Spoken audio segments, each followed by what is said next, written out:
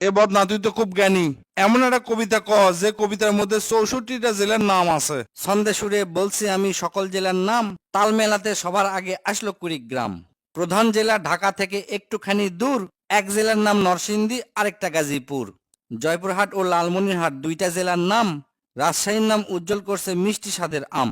পাহাড় ঘেরা বান্দরবন ও সিলেট খাগড়াছড়ি, ময়মনসিংহের কিশোরগঞ্জে এই লেখকের বাড়ি। নেত্রকোনা সুনামগঞ্জে আছে ধানের মাঠ, সুন্দরবনের কাছে আছে খুলনা বাগের হাট। ভোলা এবং বরিশালে আছে অনেক নদী, পাবনায় আছে পাগলা গারদ, বগুড়ায় আছে দধি। পাশাপাশি দুইটা জেলা টাঙ্গাইল জামালপুর, আরো দুইটা জেলা হলো কুষ্টিয়া যশোর।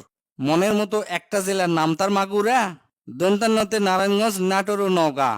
দন্তান্নতে আরো 4টি জেলা বলতে আমি পারি, নবাবগঞ্জ ও নোয়াখালী, নড়াইল, নীলফামারী। গঞ্জ দিয়া মানিকগঞ্জ হয় আরো মুন্সীগঞ্জ, গোপালগঞ্জ হয়, হবিগঞ্জ হয় আরো সিরাজগঞ্জ। চাপাই নবাবগঞ্জ কিন্তু গঞ্জ দিয়া ভাই, এদের ছাড়া বাংলাদেশে আর কোনো গঞ্জ নাই। রংপুর আর রাঙ্গামাটির নামটা রঙে রাঙা, নামের জন্য আরো সুন্দর চাঁদপুর চুয়াডাঙ্গা। কক্সবাজার নামের জেলা আছে সাগরও পারে, পঞ্চগড়টা পড়ছে বন্ধু দেশের এক কিনারে। ফেনী জেলার নামটা মাত্র 2টা অক্ষর দিয়া, সবচেয়ে বেশি অক্ষর লাগে লিখতে ব্রাহ্মণবাড়িয়া। 6টা অক্ষর লিখতে লাগে মৌলভীবাজার, এদিক থেকে শরীয়তপুর সমান তাহার। শেষের দিকে এসে দেখি বসছে পুরের মেলা, নামের শেষে পুর লাগানো অনেকগুলো জেলা। পুর দিয়ে ভাই শেরপুর আছে পিরোজপুর, মেহেরপুর ও মাদারীপুর, আরো দিনাজপুর। ফরিদপুর ও লক্ষ্মীপুর এই দুইটা জেলার সাথে পুরের পালা শেষ করিয়া গেলাম বরগুনাতে।